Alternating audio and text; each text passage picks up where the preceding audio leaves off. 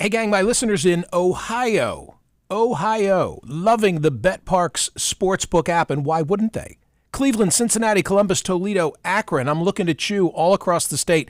By the way, like Pennsylvania, what a great state for sports. Pro and college hoops are back. Bet Cleveland basketball tonight. Cavs are a 2.5-point favorite at Oklahoma City, over under 229. Not sure how I feel about that. Bet more than just the score. You can bet player performance in hoops for points and rebounds and assists and more, all during the course of the game, which makes it the most fun. College hoops tonight, Ohio, a 10-point favorite hosting Troy. College football on Saturday, Ohio State, 31.5-point favorite hosting Michigan State. That's a lot of points. Penn State, a 5-point home underdog hosting Michigan. Pitt, a 2-point favorite against Syracuse. Join me right now.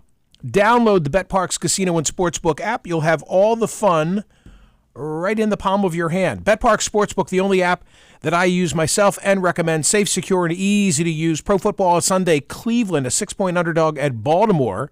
Cincinnati, a 6.5 home favorite hosting Houston. BetParx Sportsbook app. You got to be 21 and in Pennsylvania, New Jersey, Ohio, or Maryland. Gambling problem, call 1-800-GAMBLER. Time now for some more of the headlines from the Wednesday Hump Day edition of the Smerconish.com newsletter. I thought this was interesting. I heard this yesterday while I was on radio, and I said, TC, flag that story. That intrigues me, because what I thought I heard and what I had heard is that there was a survey of the best places to retire. They looked at 150 of the most populous metropolitan area in the country. And what was surprising is not only that a Pennsylvania city, I don't think of Harrisburg as a city, but it is, was number one, but that the top 5 were all Pennsylvania. Is it wrong that we were so surprised? I mean, we both love living in Pennsylvania. Yes, we do. But we're homers. Right. But I would think, if I'm looking for some place to retire, I don't know, maybe I want it to be somewhere a little warm, a little I don't know. Well, I was shocked at that. Well, I have thoughts on that. Okay, what are your thoughts? Okay, first of all, yes. It must be affordability. Released annually, this is U.S. News and World Report, the best places to retire. It includes data about housing, affordability, happiness, desirability, retiree taxes, the job market, and access to quality health care. No reference to weather. Right. So maybe the idea is that if you are somewhere where you can, afford it and you can take care of yourself, you can also travel. I guess. I mean, I don't think travel. I don't think travel factors into it. All right, here's the ranking: Harrisburg, Reading, Lancaster, Scranton, Allentown. And then you go New York City. How is New York City on affordability? New York City? I know, that makes no sense. Then back to PA, York, Pennsylvania. We had several York callers yesterday. Then Daytona Beach, Florida. Then Youngstown, Ohio. Did someone stack this deck? And then Pittsburgh. Okay, I do not understand. I'm sorry. I don't understand. I don't get it. So here's the question. The question is, I'm going to give you the top 5 choices. Okay. And you have to pick in which of these Pennsylvania communities you wish to retire. Okay, got it. Harrisburg, yep. Reading, Lancaster, Scranton, Allentown. I think I'm going with Lancaster. Why? I think they have, I actually know. Shoe fly pie? Yeah, I think they have a little bit of a foodie culture, and like the town is kind of getting up and coming. Getting developed. Yeah. Not like it used to be. No, that's a good thing. Like, I think there's some it's cool restaurants are going in. Oh, yes, it's a good thing. Wow, okay, yeah, it stuff drizzled on your plate. What are you doing? Okay, so on a weather basis, I'm ruling out Scranton. Too much snow in Scranton. Oh, actually, you're right. It is a little colder there. No, I think I would go. I know each of these communities. Not York or Pittsburgh. Why not throw the other 2 in? Fine. Put them all in. Okay, fine. Put them all in. Put New York City, Daytona Beach, and Youngstown in as well, for all I care. I don't want to go to any of these places. So I think I go to New York. I know all these Pennsylvania communities well, and I'm going to probably go with Allentown. Why? So what I like about the Lehigh Valley is that the Lehigh Valley is really like the next level of burb from where I've spent my entire life. And the Lehigh Valley is where I spent, 4 years as an undergraduate at Lehigh in Bethlehem, which was not far from Allentown as well. I like the Lehigh Valley because you're well positioned to get to the Poconos. Okay. Because of Interstate 78, you're well positioned to get to New York City. Okay. You're well positioned to get to Philadelphia. It's an accessible area, and so I could go fishing. I could go to dinner. I could still come into the city if I wanted to. The city meaning Philadelphia, and I like the people of the Lehigh Valley because they are in between. They truly are in between what you get in Philly's burbs, Bucks, Chester, Delaware, Montgomery, and what you get upstate. And I like the sensibilities of the people upstate. My parents are coal crackers. That's where they're from. So I was always comfortable in the Lehigh Valley. By the way, I'm wearing my Lehigh brown today because I'm in honor of. I am having lunch with the president of Lehigh University today. Yes. I said, wait, is this? I hope I'm in the category of like distinguished alumnus as opposed to prospective. Right. If you want to make the ask, just make the ask and cancel the lunch. Like, look, I'm still paying some tuitions. Like, I'm not your guy. Right. If there are other people he could meet with, he should spend his time. No. He just wants to hang with you. Okay. That's hilarious. So, yeah, I'm going with Allentown. Oh, and Yakko's. I can eat hot dogs at Yakko's in Allentown. You gave a very complete answer. And meanwhile, I was like, I don't know. I think they have good restaurants over there. I don't know. No, I've thought this through. You really did think it through. I've thought this through. But I still I do not understand that list. No, I don't either. Look, it's baffling. Said as two Pennsylvanians who ought to be sitting here like so proud. We're like, my God. What are you talking about? We're like, wait a minute. What do they know? We love all these towns. Right, but maybe not to retire in. It just doesn't make sense. No.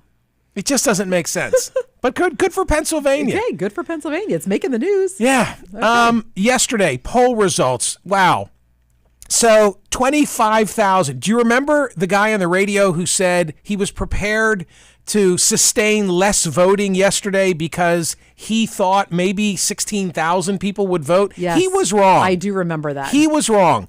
25,278 voted. Could you vote for a political candidate who live streamed sexual acts with their spouse for money? It was not a hypothetical. I changed it up a little bit gender-wise because I didn't want to focus only on Susanna Gibson. I was trying to ask in the abstract, but this is predicated on the Democratic candidate for the House of Delegates in Virginia, 57th District.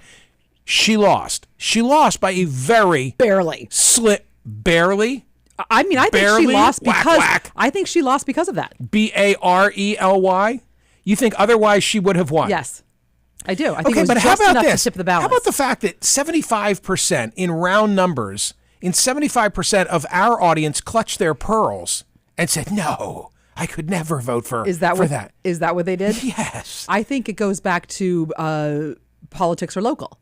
So maybe, in other words, like this is a hypothetical, and this is sort of like, but if it's someone in your backyard and the issues that speak to you, she's going to vote for as opposed to not, you're going to still vote for her. If it were a blowout, if she had been just I'm sorry, what?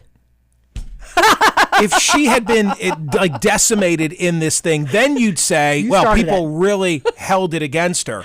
But the result that we have is 51.17% to 48.40%. So a close race, but Susanna Gibson lost in that election. She did. Which I thought interesting. Okay, loving today's poll question, just loving it. You're not the only one. It's hard for me to condense this just in the span of running through our headlines today, but I'm asking this. Would Republicans abandon Donald Trump if he were convicted and sentenced? And the very short recap is as follows. Been a lot of polling that has come out. It's told a similar story about the neck-and-neck status of the next general election. We're now finally within a year of the 2024 election.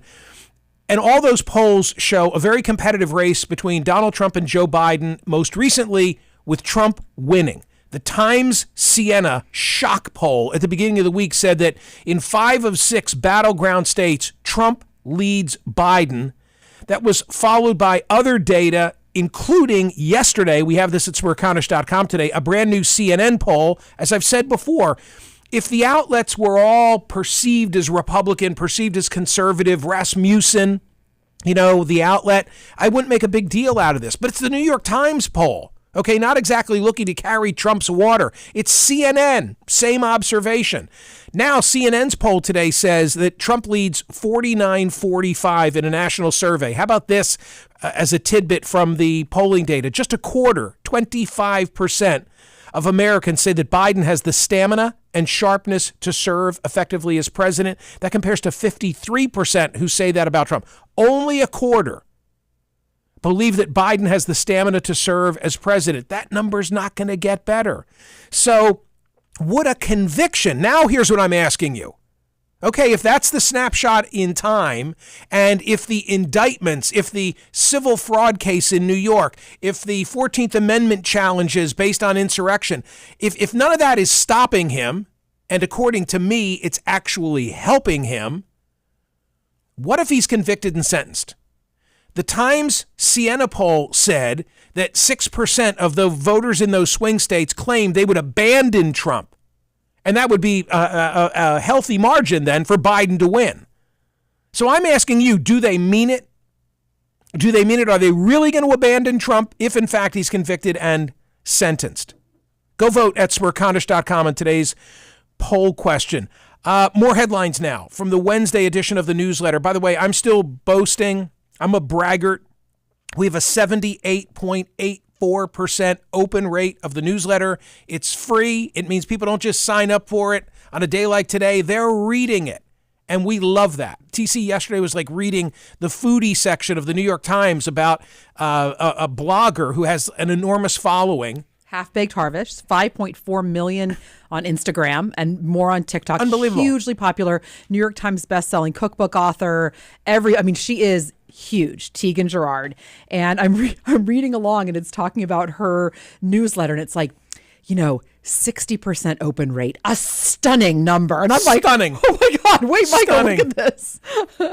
We don't know how to categorize 78.84% if that's stunning, but it's something better than stunning and staggering. Why are people opening it? Maybe because on a day like today, they want to see Rob Rogers' award-winning cartoonist work, which is hysterical. Enjoy, you subscribers.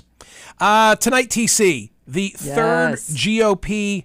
I don't know. I got to be honest. I'm in the category of I do this for a living. Do I have to watch? Michael, you're the one that has to for the rest of us. No, I normally. And I'm saying to you, thank you. I normally take that bullet. I normally take that. I don't feel like doing it. Let me tell you. I don't either. Let me tell you what I'd rather be watching tonight. Tell me. Than the race for second position. It's in Miami. Lester Holt, Kristen Welker are the moderators. Hugh Hewitt as well. Mm-hmm. 5 candidates will be on that stage only tonight. 5. I guess only 5. And all eyes are on DeSantis and Nikki Haley. It looked like Haley was ascendant. Now you've got to stop and say, well, the Kim Reynolds endorsement in Iowa, as we are now less than 70 days out from voting in Iowa, does that move the needle for DeSantis? I don't know. Trump is still way ahead, and I can't see anything happening in the next 70 days that upsets that model. Like I don't know. So much attention appropriately being given to the war in Gaza, Hamas and Israel. It's just hard to see where there's going to be a sea change. But let me tell you what I'd rather be watching. What would you rather tonight. be watching? I would rather be watching and finishing a documentary that I'm halfway through on Netflix. Phenomenal. Sylvester Stallone. Oh, really? Oh my God. I'm telling you, these documentaries really have your number, don't they? Again, like Arnold. Right. Like Arnold. It's so revealing. I am so admiring and so appreciative of his drive. Wow. It tells the whole story. Wow. And I don't want to give too much away, but he's telling it as he's packing up his home in Los Angeles. Okay.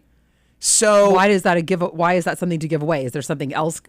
I don't know. Don't say it. I mean, it's okay, just, it's a perfect way for him to tell the story as the ephemera. and the memorabilia surround him in this mansion, gorgeous art, statuary, and so forth. And he goes back and he recreates his career, and he talks. And I've heard a number of the stories before about the making of Rocky, because if you live in this area, it's such a, it's like ingrained in you. Stallone tells the story about the first screening in New York City when the movie debuted. He talks about how, I think it was Vincent Canby at the New York Times totally trashed it. We've talked about that before. I've read from that. I was going to say, I think we've pulled that. Read from it. Yeah. But the cheering, like people were on their feet, and I've told this story. I saw Rocky in the 8th grade, and at the end of the movie, only time in my life, everyone stood in the Philly burbs, and I was at the Barnes Cinema. Come on. Everyone stood and cheered. He's a really thoughtful, intelligent, deep individual. I've never met him. I've never met him, never spoken to him as far as I know. Mm-hmm. I have a signed boxing glove in my home workout area from Stallone. That's awesome. So what was I talking about? You were talking about how you would rather finish that documentary than watch the boxing match that will be the Republican debate. Gang, you all go watch Stallone tonight. I got you covered on the debate. Thank you. Okay? Someone has to. Okay, I love playing What's It Worth. I love playing What's It Worth. This is really interesting. It's amazing. So a first-class menu from the Titanic and the pocket watch of one of the victims going up for auction this Saturday in a London auction house. The first-class restaurant menu is from April 11, 1912, 3 days before it struck an iceberg. What were they having? I think they were having lamb. Squib. Squib? What is squib? Yes. Fish? Some squab. Okay, how about this part, TC? They were squibs. They had squab. Oh, no, they also had sirloin of beef with horseradish cream, roast chicken, spring lamb, green peas, puree of parsnips, boiled rice, boiled new potatoes. Oh, mallard duck with port wine sauce. Nice. Wow. I like horseradish. I love horseradish. Clears your senses. Oh, yeah. It's good stuff. Wait, they started with oysters, by the way. Nice. This is so sad to think about this. This is gross, but I just swallowed. Hey, thinking about lunch. I am so hungry. TC After Dark. It was a great episode. Oh my gosh. People continue to come and ask me about that and talk about it. It was so funny. And volunteer what they want to eat for lunch. I think you should send it to like the people at Carlino's and the other places that I referenced. I just think they would enjoy that. I think you're right. And then they would circulate it. It'd be good for your people. It would bump up your numbers because they would circulate it your to numbers their were good, by the way. Their client base. For the record. Yeah. Love that. Yeah. It was fun. Wait, I wanted to tell you a story about the Titanic. Please. This caught my eye. Tell me. The menu, the first class menu. So like, where does that come from?